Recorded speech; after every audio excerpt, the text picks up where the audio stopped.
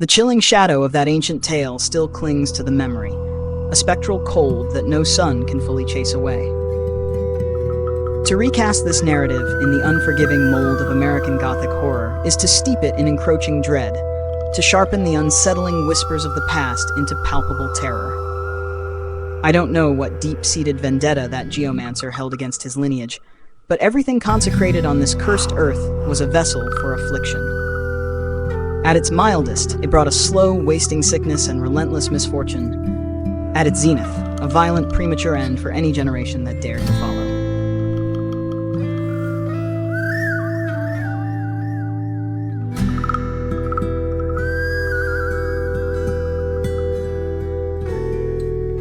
The very foundation of the house was a convergence point, a nexus for the 5 great feng shui slayings: the slaying of form, the slaying of light, the slaying of air, the slaying of sound, and the slaying of wind. The confluence was a silent, lethal promise of annihilation. The night was a vast, ink-black chasm, and I moved down the rutted dirt road, a path etched too deeply in my muscle memory. A lurid, bloated full moon hung overhead, its light not warm, but a spectral, sickly shimmer filtered through the canopy of tamarind leaves.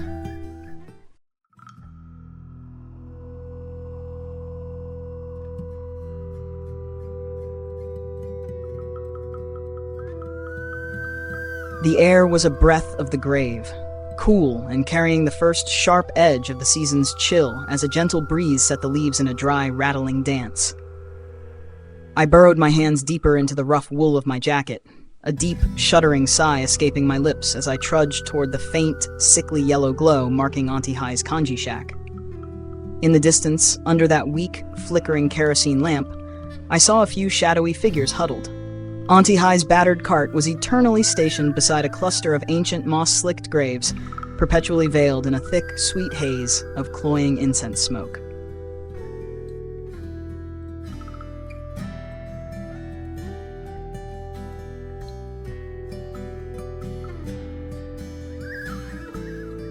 The scene was steeped in such somber, profound stillness that the locals had christened the spot, with a morbid wit, the graveyard kanji stand. The community was sparse, isolated hamlets separated by vast, unyielding stretches of fallow farmland. The roads were nothing more than narrow tracks of dried mud, and the gift of electricity hadn't yet pierced the dense isolation of this corner of the country. Yet, Auntie Hi's stall had endured for nearly 2 decades. Every night, precisely at the stroke of midnight, she would silently wheel out her cart, selling until the first pale light of dawn.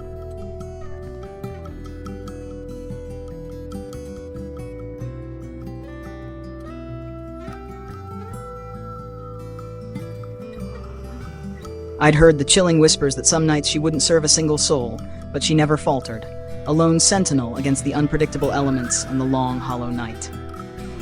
As I approached the flimsy bamboo table, I recognized the shapes. Old Man 2, a man whose face was a map of hard living, a field away, and Anquach, a few years my senior. I offered a clipped, polite greeting.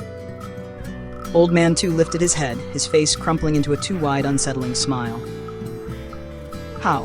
Is that truly you? When did you return? Why the silence? Come, draw up a seat.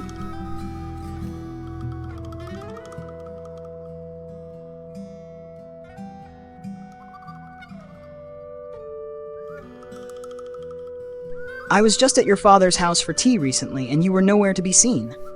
I settled onto the low stool, the damp chill seeping into the worn wood. I only arrived back this morning. A sudden, visceral craving for Auntie Hi's kanji possessed me, so I decided to stop by and offer my respects. I gave Auntie Hi a brief nod. She materialized with a steaming bowl, her face a rigid, haunting mask of quiet sorrow. "You are whole, child?" she asked, her voice a low, breathy rasp.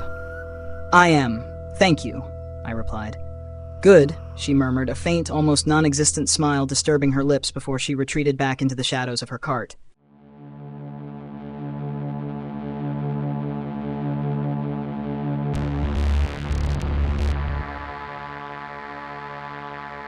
Auntie Hi was a woman of stark silence, but a heart rumored to be immense, though her face was always deeply etched with some profound private agony.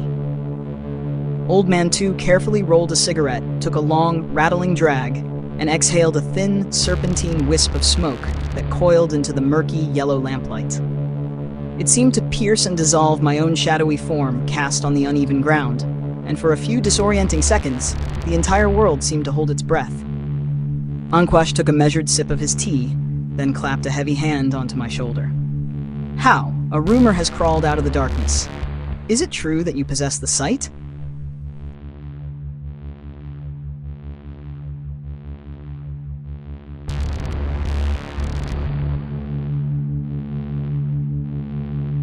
That you can commune with the dead? I find it difficult to believe, but I demand to hear the truth from your own mouth. Before I could form a response, a loud, sharp crash split the silence. Auntie Hai had let a kanji bowl slip through her numb fingers. Her face seemed to retch and contort for a fraction of a second before recovering its stillness. "Well?" Anquach pressed, his voice taut. "Is the rumor the truth?" Feeling a sudden, sickening wave of unease, I gave a shallow shrug and forced a smile. "Just a nasty rumor, man. Don't let your mind be poisoned by everything you hear." I quickly pivoted the conversation.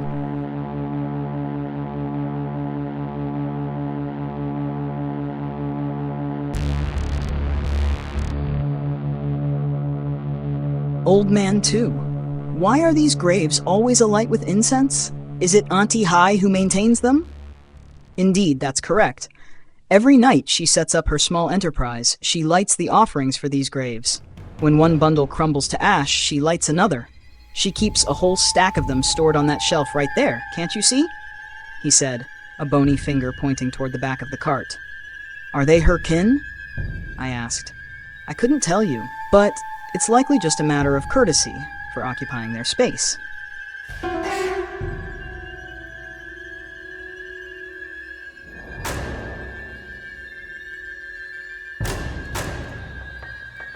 One must always demonstrate the proper deference to the spirits, so they will bestow their blessing upon your humble trade. I offered a silent nod, allowing his words to settle like sediment in my thoughts. I was raising a spoonful of congee to my lips when Old Man Two's voice dropped, turning low, guttural, and deeply serious.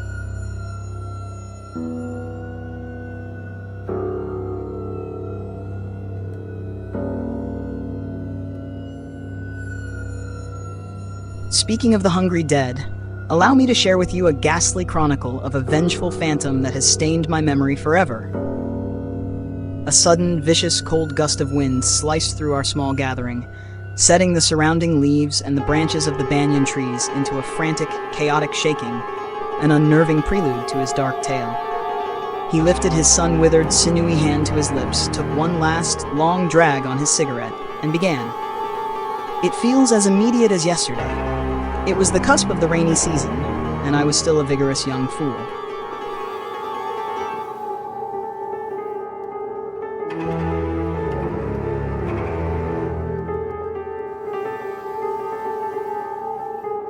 When the rains came, all the men in the village would arm themselves with torches and venture out on the frog hunt.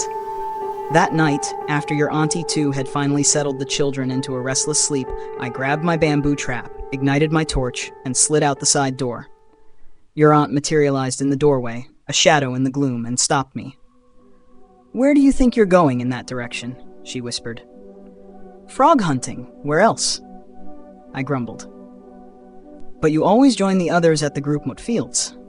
That way leads only to the river."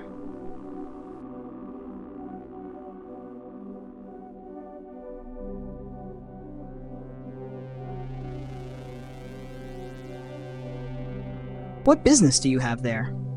"The others have a huge crowd, so I'm heading to the Groupnum fields. I might claim a larger bounty that way." But what?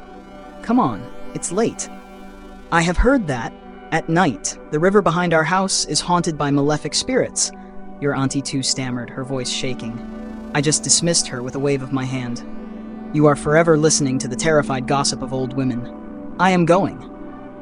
I waded through the night, the swamp behind the house sucking at my boots. Back then, it was all unspoiled, feral wilderness.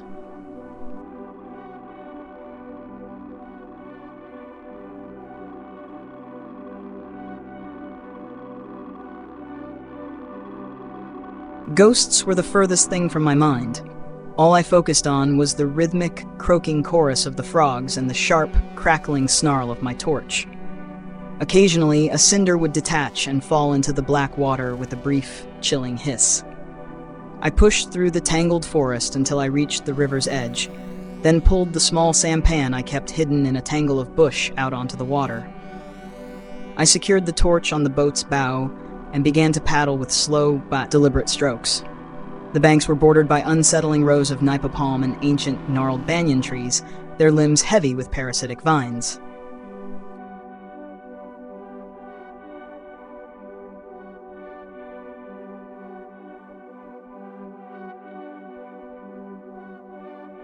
Your Auntie Two's warning had a grim origin. A lifetime ago, a family was brutally annihilated right on this stretch of river. A band of savage men had broken into their home, severed their heads, and cast all 5 of their bodies into the dark, indifferent water. No one ever truly knew the motive, though the locals whispered of a botched robbery. The area was a lawless, forgotten place then. Their bodies were supposedly interred near their house by the river, but the graves have long since been swallowed by the earth.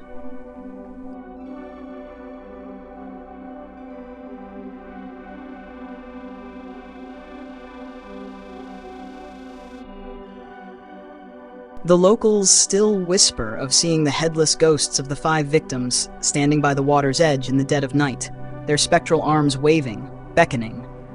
Some even swear they've seen them flying back and forth over the water, but I had always scoffed at such hysterical fables. Known for my unyielding demeanor, I just kept paddling. The thin, sickly crescent of the moon cast a bizarre, oily glow on the eerily still water. The frog's chorus had fallen silent, replaced only by the distant, desolate hooting of an owl, a sound that seemed to echo from an ethereal void. Without warning, my torch snuffed out.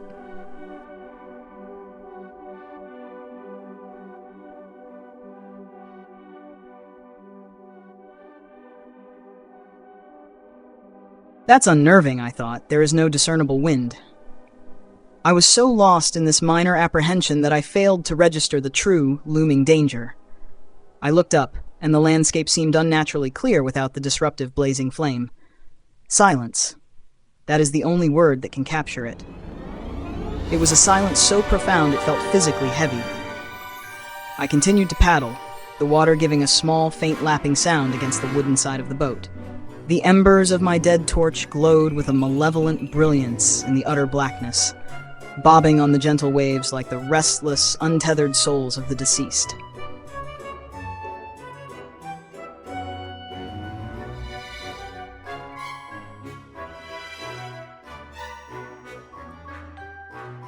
Plop, plop. I froze solid. A distinct, unnatural sound had intruded upon the deep night. It sounded sickeningly like something swimming. I tightened my grip on the paddle, my eyes straining into the absolute blackness toward the source of the noise. In the distance, near a clump of nipa palms, the water was churning violently. I couldn't discern any specific shape in the gloom. Must be some wretched chicken thieves, I reasoned. I seized the rusty cleaver I kept hidden on the boat and paddled, slowly, deliberately, toward the churning.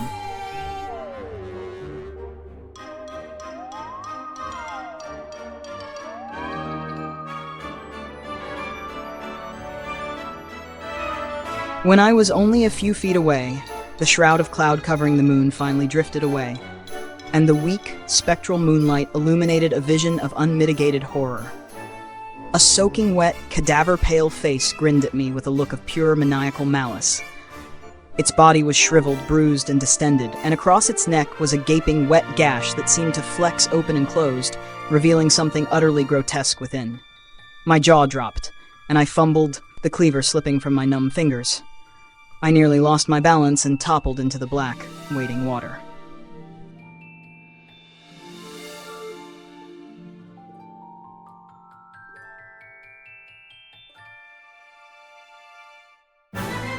Its malicious, dead eyes fixed upon mine, sending a jolt of pure, raw electricity from my spine straight to the roots of my neck.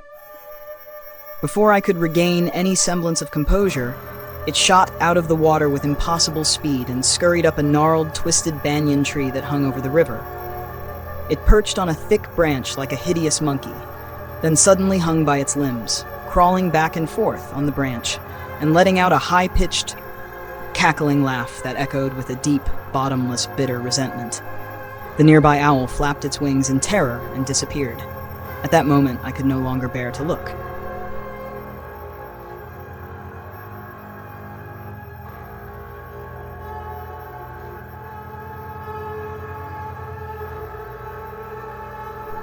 It took a long, terrible moment to regain a sliver of my wits. My hand, locked onto the paddle, trembled violently as if seized by a deadly fever. I tried to paddle faster, but the sampan only moved by agonizing, inching increments. Then something unimaginably more horrifying occurred. As the boat passed directly beneath the branch, a human head dropped onto the bow with a sickening, wet thud. The same malicious eyes, the same chilling, wet cackle. The head bounced once on the boat's floor before it rolled sickeningly off the side and into the water. I had reached my limit.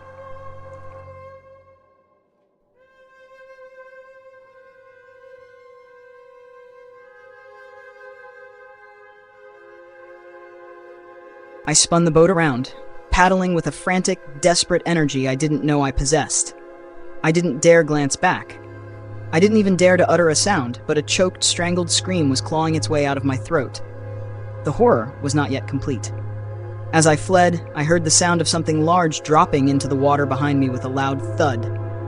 A profound, overwhelming sense of impending doom washed over me. The sound of churning water was racing toward me from the darkness. I was sobbing, paddling for the worthless remnants of my life.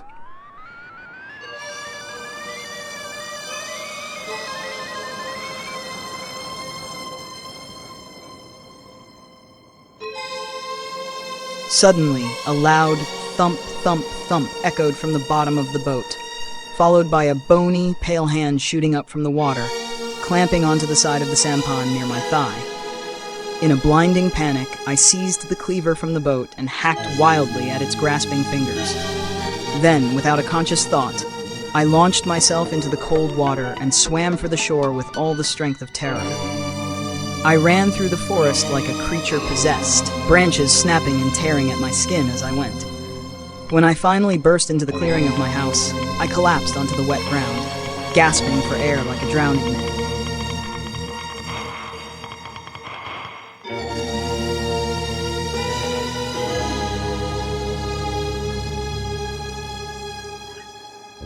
Your auntie too rushed out, weeping, convinced I was suffering a stroke. The next morning, I slowly came back to myself and told her every terrifying detail. She went ghastly pale, immediately summoned a folk healer to treat the shock, and a medium to perform a cleansing ritual. I was confined to my bed, trembling and sweating, for an entire week. After that night, I never ever dared to approach that river after the sun had set again. Old Man 2 paused, a faint, chilling smile playing on his lips.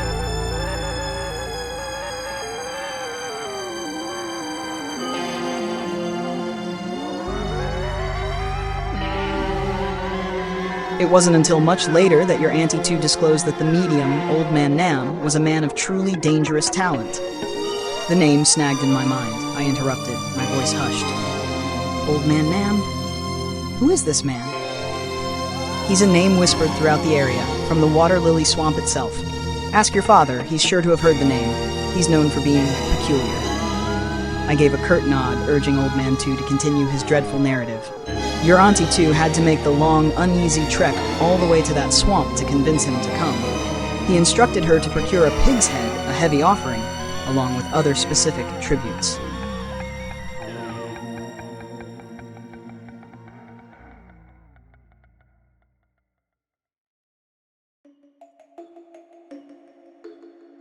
Then he went to the river alone, at the darkest hour of the night.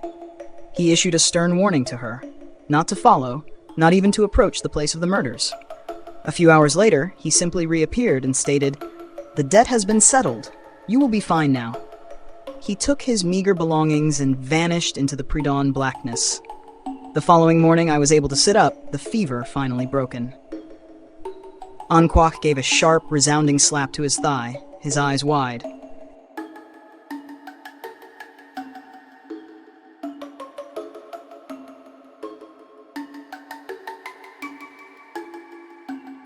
By the ghosts, Old Man Nam sounds like a fearsome power, doesn't he, Old Man 2?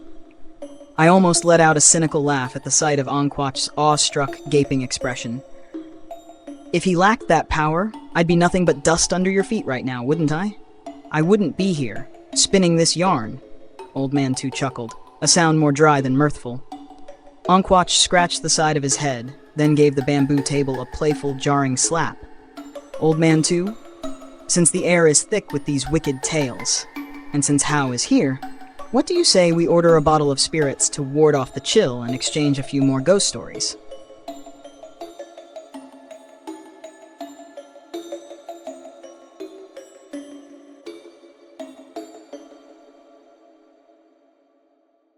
If you're game, the cost is on my head, and I have a truly disturbing chronicle of my own that demands to be heard. What are your thoughts? Old Man 2's eyes immediately lit up with an unnerving, predatory glint. He turned to me. What say you, Hao? I hesitated. I am not much of a drinker, gentlemen. You two forge ahead, I'll gladly remain a silent audience. Nonsense, lad. A few measures of strong liquor won't claim your soul. Besides, it's not every day Anquach sacrifices his coin. If you're concerned about your father's scolding, just tell him that I goaded you into it. Anquach cut in, his voice slightly wounded.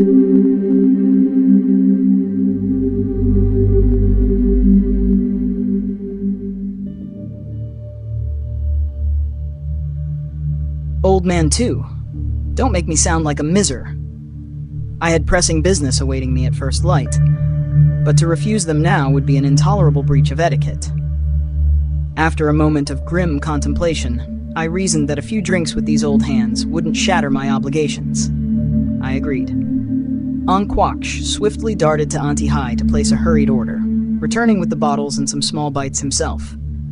The fuel for the night is here. Let the session of specters commence, Old Man 2. Anquach poured a glass to the brim, a dangerously generous amount, and handed it to Old Man 2.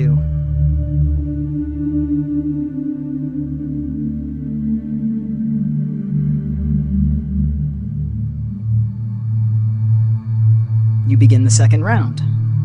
Old Man 2 was just raising the glass to his lips when I stopped him with an outstretched hand. Hold on, Old Man 2. May I borrow your glass for one moment? You want to steal your nerves first? Be my guest. I took the glass and walked toward Auntie Hai's silent cart. I requested a small bundle of incense sticks. All eyes at the table were fixed on my movement. I lit the incense, letting the pungent, sweet smoke curl and twist into the still air. I moved toward the small, worn spirit house beneath the menacing banyan tree, lit 3 sticks there, and then returned to the table.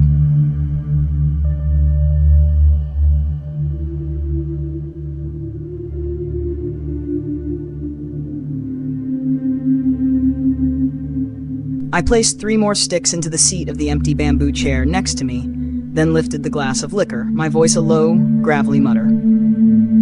On this full moon night, when the gates between the worlds are thin and open, spirits pass through. If you are lingering here near our light, you are welcome to a few drinks. We share only harmless stories. Listen, but do not touch the living. Do not make sport of us if you find us agreeable. Do not be reckless if you harbor resentment. Remember the boundaries. The Earth God stands to the west. The White Tiger keeps watch to the east.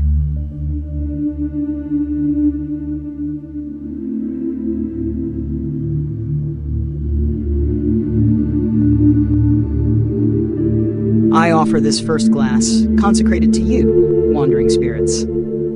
After finishing the solemn improvised prayer, I poured the liquor in a slow, precise semicircle around the empty bamboo chair. When I looked up, their faces were blanched and frozen, staring at me with a primal, wide-eyed terror. Anquach's complexion was the color of a shroud. He stammered, his teeth chattering. What in the name of the ancestors was that, Hao? Don't tell me.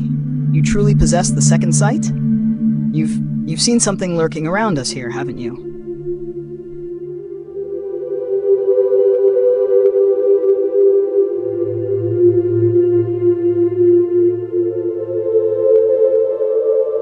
Do not play this terrifying game with me, man.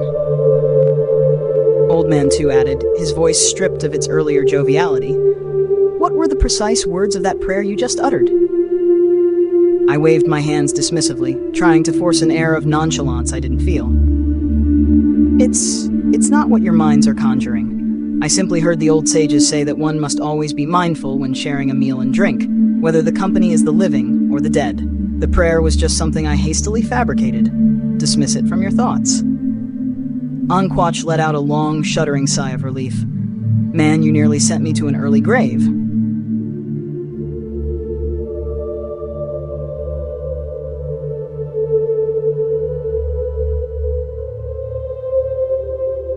I truly thought you were afflicted or something. I gave a short, strained chuckle and poured another full glass for Old Man 2. He took a long, deep, satisfied gulp and let out a rattling sigh.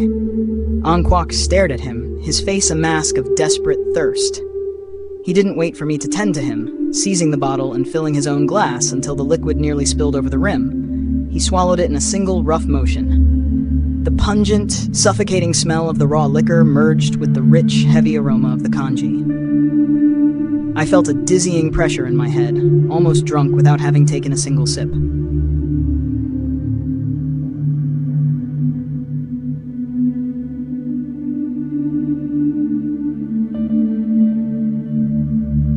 I laughed to myself at the sheer, rare absurdity of our gathering. I took my first sip. I winced sharply, as if I had bitten into a raw chili pepper. Old Man 2 and Anquach erupted in laughter at my pained expression, but I couldn't care less. I felt the scorching warmth of the alcohol spread from my throat, a fiery serpent coiling in my belly. The initial bitterness faded, leaving behind a subtle, haunting sweetness from the rice wine and a warm, immediate buzz. My tongue felt strangely numb. It had been years since I last drank, not since I graduated and offered my last hurried farewells to my friends.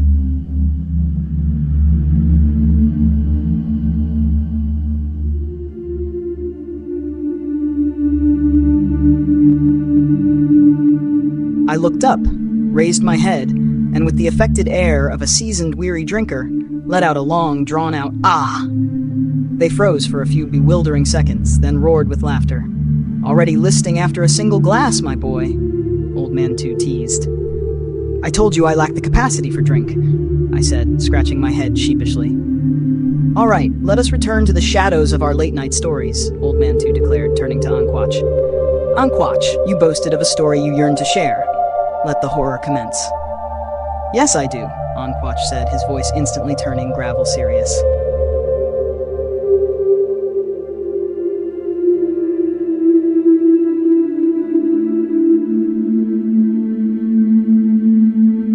"Allow me to have one more drink to steady the nervous tremor in my hands." He visibly shivered, then took a long, steady sip, his eyes never leaving the glass. His weak smile vanished, replaced by a distant, profound sorrow.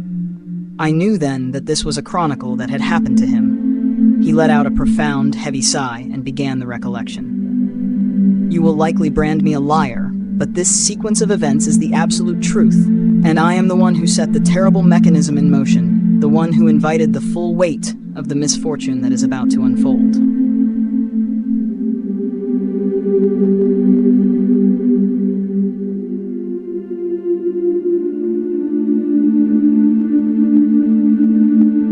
I am still consumed by such vicious regret, and I hate that thing to this very day.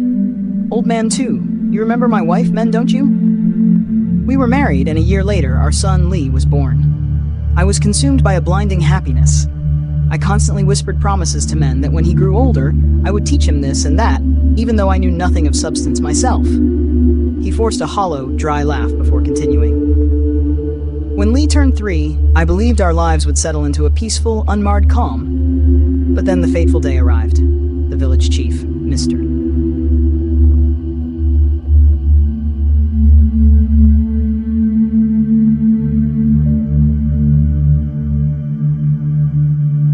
Bin summoned me to his house to assist him in harvesting the fish from his pond and then dredging the silt for a new crop.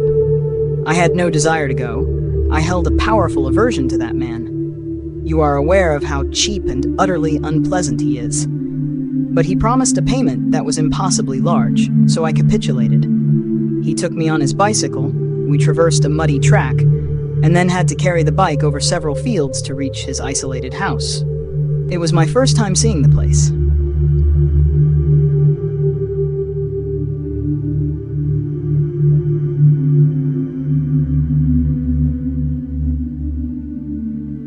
From a distance, his house appeared quite handsome and unnaturally well maintained, but I felt a strange, almost suffocating atmosphere clinging to the air around it. He led me to the back, his pregnant second wife trailing silently behind us. He pointed to the still, stagnant pond and said, "There it is. You can manage this for me, yes? I've set up a water pump. You can drain the water, collect the fish, and then dredge the bottom for me. I must attend to urgent business at the market. I'll be back soon." I was taken aback. "You didn't enlist any other laborers? The pond is immense."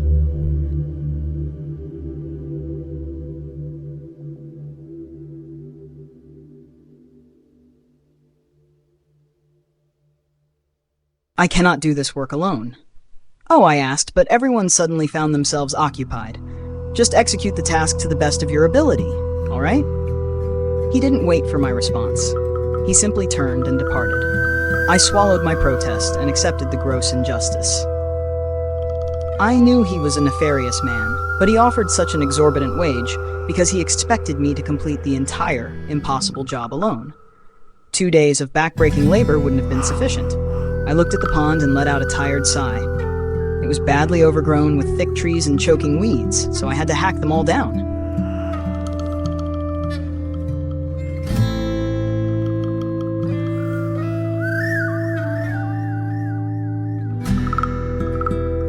I started the pump and spent half the day simply clearing the perimeter. The water was almost entirely gone. I peered into the shallow bottom and was struck by a sickening shock. There were no fish at all, only a thick, unsettling carpet of fish bones. I was still wondering what catastrophe had befallen the stock when Mr. Bin returned. He looked as genuinely shocked as I was. "What has happened to all my fish, Quatch?" "You are asking me? I demand the same answer. Did you provoke someone into poisoning your pond?" "Impossible. I am a kind, benevolent man. I never court conflict."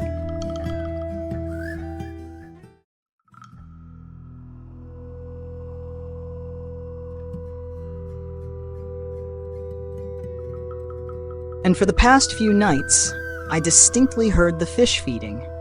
Even if they had been poisoned, their rotting bodies would have floated to the surface. They would not have simply disintegrated into bones like this. This is unnatural. I don't care about the explanation. Are you continuing to dredge the pond or not? If not, pay me what you owe and I will depart for home. Of course I am. He spun away in a cloud of manufactured indignation, and I resigned myself to the work. I rolled up my trousers and waded into the viscous bottom of the pond.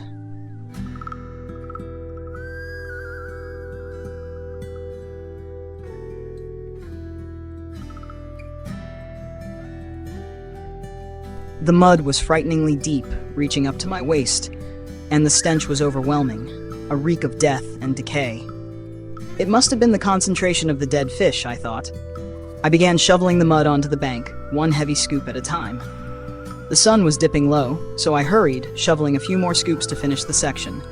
As I raised my shovel and plunged it down again, I heard a loud, unmistakable clunk. I stopped, my heart hammering, and felt around blindly in the thick, suffocating mud. And do you know what my fingers closed around? A human arm bone.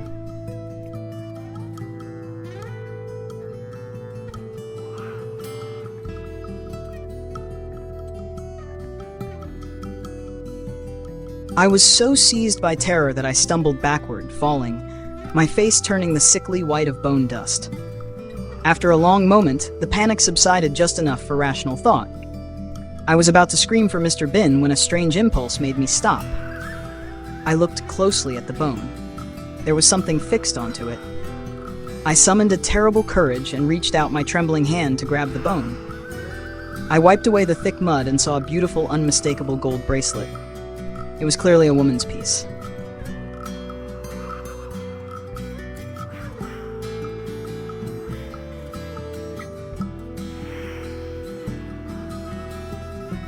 How did a woman end up dead down here? Thinking about the discovery now, I feel a profound, burning shame. Anquach fell into a chilling silence, then poured me another glass of the burning liquor. He stared down at his hands, and when he spoke, his voice was a low, desolate whisper. Instead of immediately summoning the authorities, my greed took root like a poisonous vine and choked out my decency. I took the bracelet and buried the arm bone back into the deep, wet mud. I pretended the encounter had never happened, took the cursed money from Bin, and went home.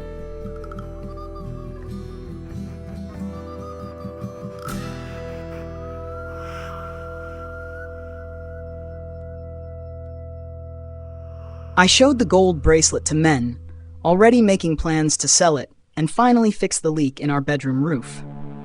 But my wife looked at me and said, "Husband, is this truly the right course of action? The elders whisper that if you take things that belong to the dead, they will follow you home."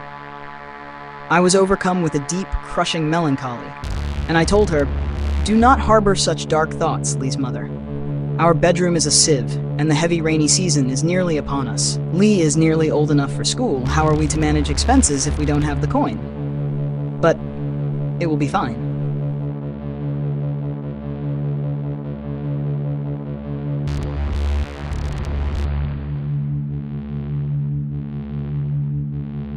"I will take it to the market and sell it. You simply stay inside and watch the child." "Wait, husband. Perhaps we should keep it concealed for now and only sell it when the absolute dire necessity arrives." I considered her plea for a moment, the temptation of the money warring with a cold dread. "All right, we shall do that." So my wife secreted it away in the gloom of our bedroom cupboard, and I returned to the exhausting, joyless grind of my days. Then came one suffocating night, the air thick and heavy, pressing down like a weight. I returned home, utterly spent from a day of labor.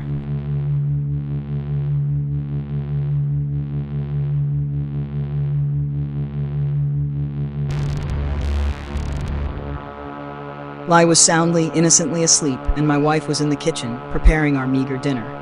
I placed my hoe on the rack and moved toward the kitchen to embrace her, but the moment I touched her, a wave of profound, unearthly coldness washed over me, and a strange, foul odor assailed my nostrils.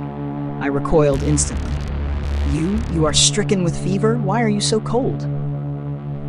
Men turned, her smile too wide, too fixed. "I'm perfectly fine. Oh, husband, look, isn't this beautiful?" She gave her wrist a sharp shake, and the bracelet, the cursed gold, rattled loudly. I was shocked. "Why are you wearing that?" "It's fine, dear."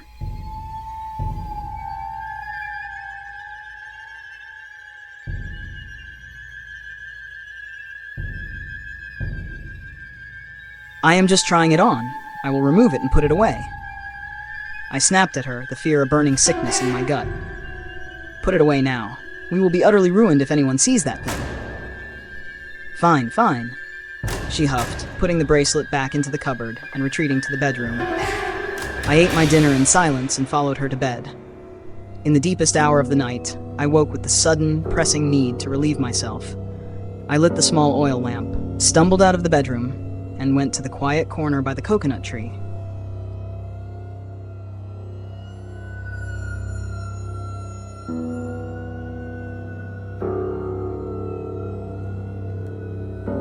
Everything was shrouded in a dim, sickly yellow light, and the wind, rustling through the palm leaves, sounded like a whispering threat.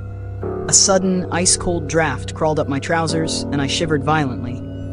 Then I heard it, a distinct sound of water splashing behind the house, near the washing area. That is profoundly strange, I thought. Is my wife taking a bath? It is far past midnight. I rushed back inside, retrieved the chimney lamp, and approached the washing area. The weak yellow light gradually pushed back the suffocating darkness, revealing my surroundings. I let out a sigh of relief.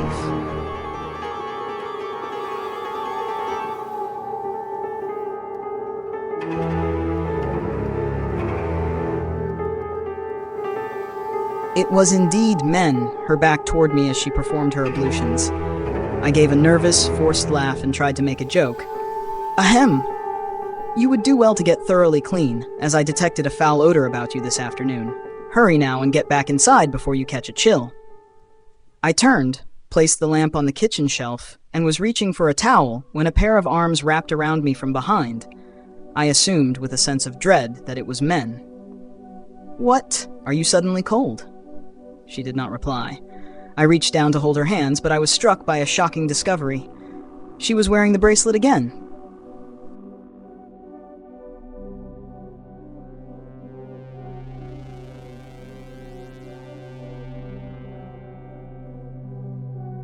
I was about to deliver a furious scolding when my eyes lifted to the wall. The chimney lamp cast my shadow on the woven bamboo, but the shadow of my wife was absent. My knees buckled. A violent tremor seized me. Who was holding me? The thick, putrid stench returned, heavier now.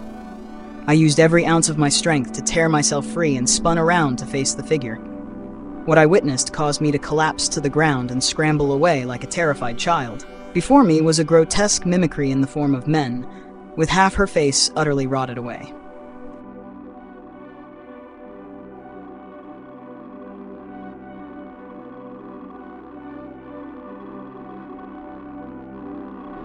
Her jaw hung loose, disconnected, and her features were a mess of bloody, putrefied flesh, with writhing maggots visible in the decaying tissue. It smiled, a faint, awful movement, its vacant eyes fixed on me, and began to advance with a slow, sickening deliberation. The wind outside rose into a sudden, deafening shriek, and then, poof! The lamp was extinguished, plunging me into a thick, suffocating darkness. Then, poof!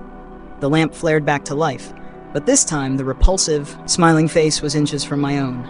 It let out a terrifying, piercing cackle that sliced through the dead silence of the night.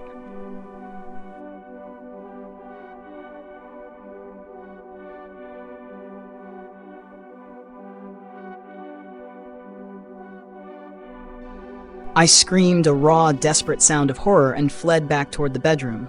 When I reached the doorway, men suddenly appeared, and I tripped, falling hard again, my face a mask of primal white terror. My wife was holding the small oil lamp, rubbing the sleep from her eyes, and asked, her voice trembling, "What is wrong, husband? Why are you screaming like a madman in the middle of the night? You will terrify the baby." I slowly, cautiously got to my feet. Is that truly you, love? What are you speaking of? Of course it is me." I raised my shaking hand and touched her chin. It was her. It was truly her.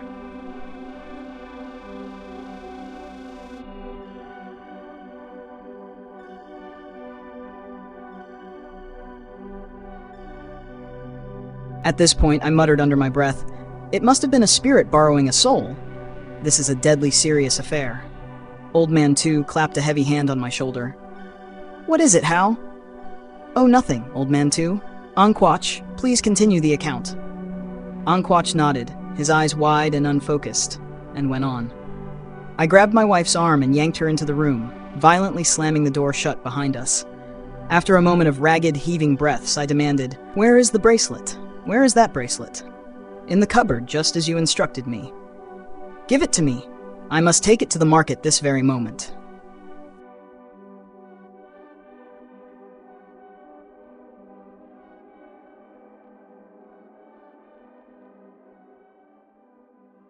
"Hurry. Are you utterly mad, husband? It is the dead of night. Who on earth would purchase it now? Tell me what has happened." I could not answer. I forced myself to take a few ragged breaths to regain control. "I will sell it first thing tomorrow morning. I cannot keep that thing in this house another hour. Husband, please, tell me the terrible truth of what is happening." "It is nothing. Go back to sleep with the baby." "You should try to sleep as well. You have labor tomorrow." She lay down, but sleep was a distant memory for me.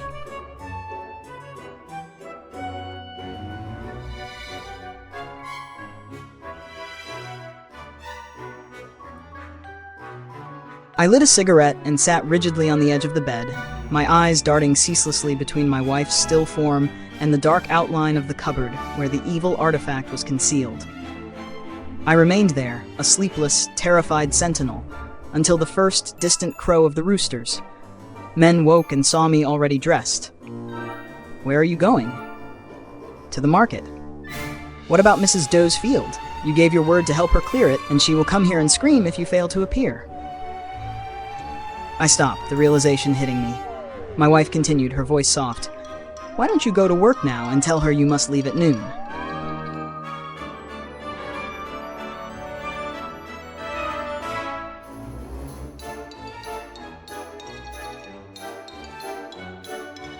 You can still go to the market later then. All right. But you must not, under any circumstance, take that thing out. Do you understand? I understand, husband. Now, go to work. I went to the field with my hoe, but my heart was a heavy, dead weight of dread, and my fear, of course, was horribly realized. That morning, my wife was weaving palm leaves in the front yard. Lai was playing quietly inside the house. Suddenly, he ran out to Men. "Mommy, I have a friend to play with now." My wife was utterly confused. Our house was isolated, set in the middle of a field. Where would he have conjured a friend?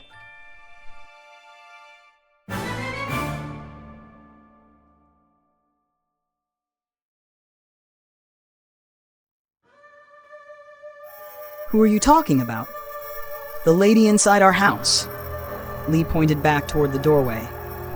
Men strained her eyes, but she could not discern any figure. "There is no one inside, darling." "Yes, there is, Mom. She is standing by the door, and she is smiling."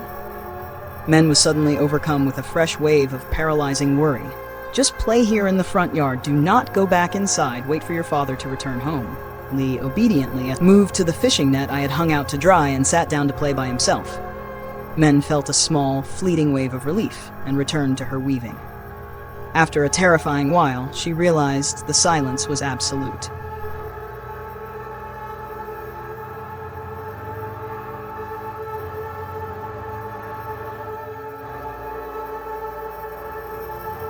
"Sure, here's the text you asked for."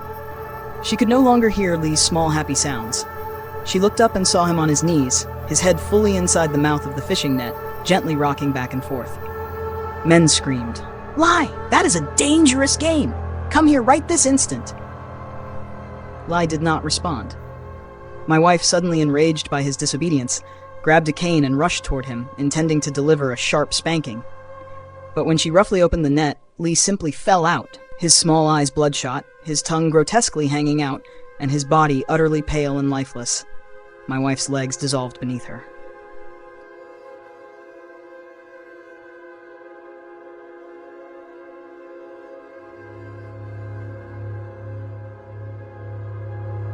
She fell to the dirt, crying hysterically, her screams for help swallowed by the empty fields. But Lee lay there, still, no longer breathing. Anquach choked on his words, his face contorted as fresh tears streamed down his cheeks, and Old Man Two and I sat in silence, moved by the depth of his visible anguish. He wiped his face with a trembling hand and continued, his voice raw. Just then, I returned home. I saw Men clutching our son, her body shaking with a profound, tragic grief. I instantly knew the world had ended. I dropped my hoe and ran to her side.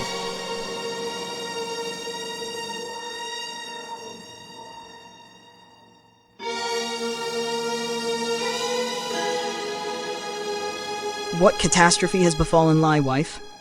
Men only cried harder, choking out the words, "He is dead, husband." "Why? Why is he dead?" My wife could only shake her head and weep. I sobbed too, holding my son's small body, my heart a bonfire of pain. I looked at his neck and saw a faint red mark, a specific pattern etched onto his skin. I instantly remembered that it was the exact same pattern as the evil bracelet. I went insane. My eyes bulged, and I let out a raw animal scream. "Was it you?" I ran into the house, grabbed a heavy hatchet, and furiously dug the evil thing out of the cupboard, throwing it onto the dirt floor.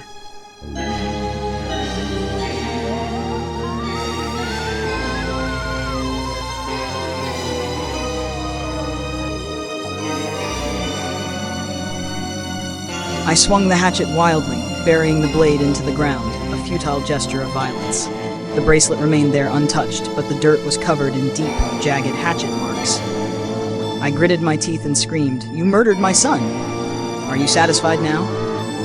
I bent down and grabbed the cursed bracelet, intending to hack it into pieces, but I was struck by a terrifying realization. The bracelet was not chipped at all. There was not even the faintest scratch upon the gold. I screamed again, "I am not afraid of you, demon!" I ran to the riverbank, threw the bracelet into the swift, unforgiving current, and then ran back to my wife.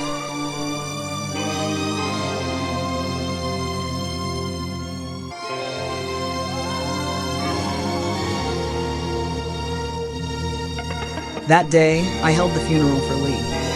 Because we were penniless, I simply constructed a small coffin and buried him behind our cursed house. My wife wept for days, and then slowly, horrifyingly, she began to slip into madness, sometimes speaking to herself, sometimes giggling uncontrollably at empty space. Every night, I was tormented by nightmares. Sometimes I saw a female ghost with a child secured to her by a spectral leash. Other times, I heard a mocking whisper right in my ear, "This is your own terrible doing," followed by a piercing, demonic cackling. For an entire waking month, I could not find a single night of peaceful sleep.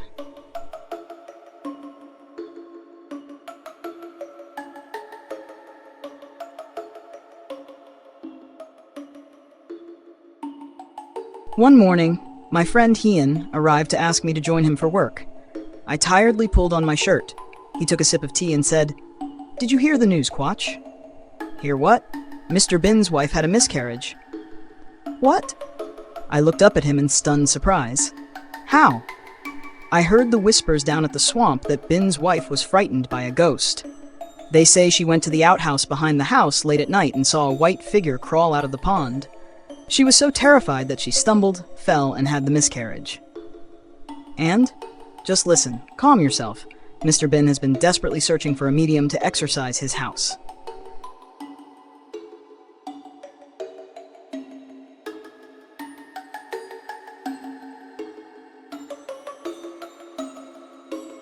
"I heard a very powerful one is due to arrive today." Hearing that detail, a desperate idea sparked in my mind. I told Ian to go on ahead.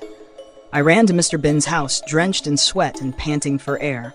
After regaining my breath, I entered the property. As soon as I crossed the gate, I saw an old man, easily in his 70s, leisurely sipping tea in the yard. I walked slowly toward him. Before I could even open my mouth to greet him, he spoke. "Your forehead is gray, and your face is dull with fear. I perceive that you have run headlong into something that should never have been disturbed. Am I correct?" "Yes, honored sir."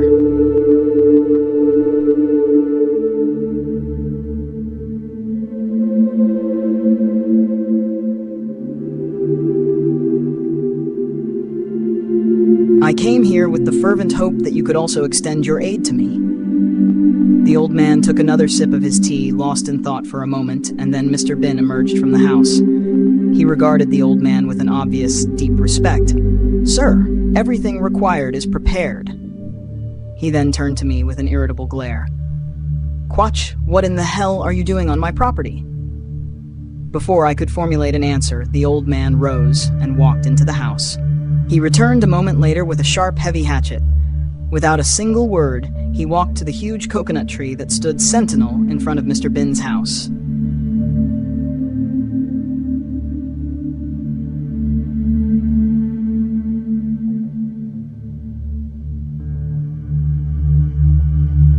He swung the hatchet, embedding the blade deep into the trunk.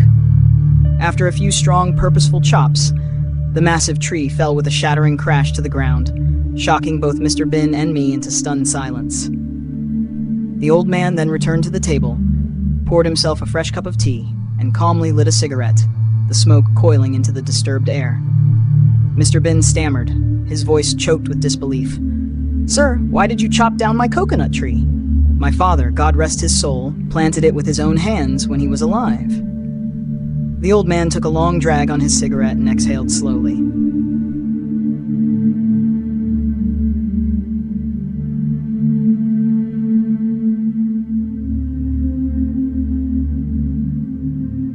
"Did you not know that the very feng shui of this house is riddled with slayings from every compass point? There is much that must be revealed. First, tell me, did your father construct this house himself, or did he employ an expert to assist?" Mr. Bin's voice was barely a whisper. He hired a geomancer. "I cannot fathom the depth of the feud your lineage had with that particular geomancer, but every single stone laid here is a curse. At its least malignant, it breeds only wasting illness and unending misfortune. At its worst, it guarantees a violent, premature end for any future generation."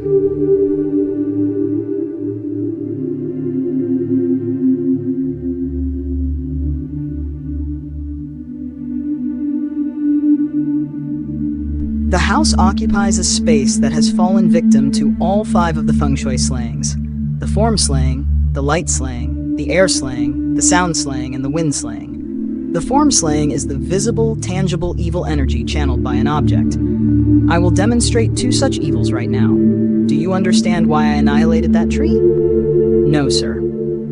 Because a large tree positioned directly in front of your main doorway is known as a doorway pole, a lethal transgression against feng shui that inevitably invites wasting sickness for the owner. That is why it now lies dead.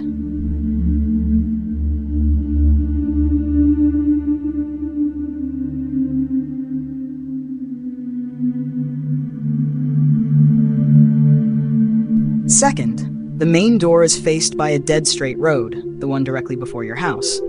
This is the dreaded road rushing, and the larger the road, the more violently potent the bad energy it channels. It is a profoundly dangerous alignment. Now, observe your surroundings. The land is grossly overgrown, strangling all life and blocking all the incoming light. This acts like a spiritual sieve, draining the house of all its positive energy and replacing it with a dense, clinging malevolence. And that, young man, is only the beginning. Come inside with me. The old man and Mr.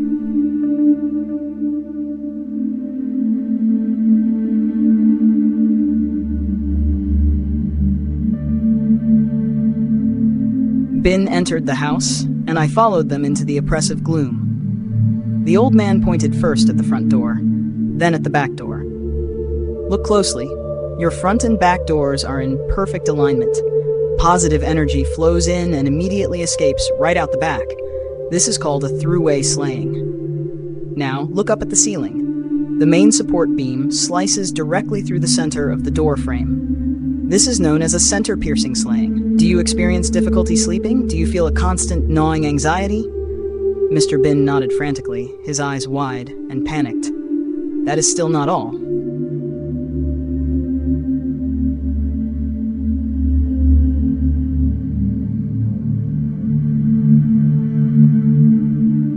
May I examine your bedroom? Yes, of course. Please examine everything. The old man walked into the bedroom, went to the window positioned directly over the head of Mr. Bin's bed, and peered out toward the side of the house for a long, unsettling moment. Then he turned, his gaze heavy. Whose grave is situated outside that window? My father's. What was the year of his birth? 1910. And yours? 1940. The old man mumbled a series of incomprehensible calculations to himself, then let out a deep, rasping sigh. To be brutally honest, it is a miracle you are still walking this earth. Mr. Bin looked utterly horrified.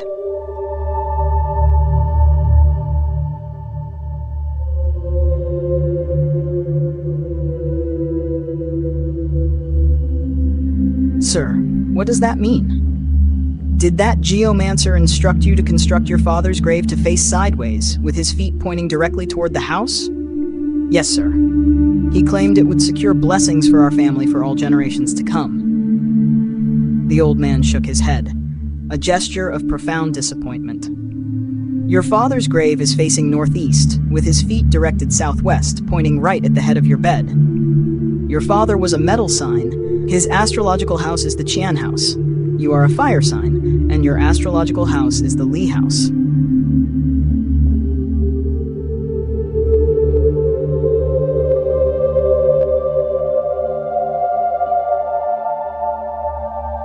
When the Qian metal meets the fire of your house, the yearly star, Wu Gui, the five-ghost star, is cast directly upon the head of your bed. Disaster will inevitably fall upon the firstborn son, which is you. This is an act of genuine malice. Mr. Bin's face was now the color of ash. Cold, slick sweat broke out across his forehead. He began to sob, sinking to his knees, utterly begging the old man for salvation. Sir, is there any possibility of saving my life? I do not wish to die. I am not yet finished. There is a horror even more profound than what I have already disclosed.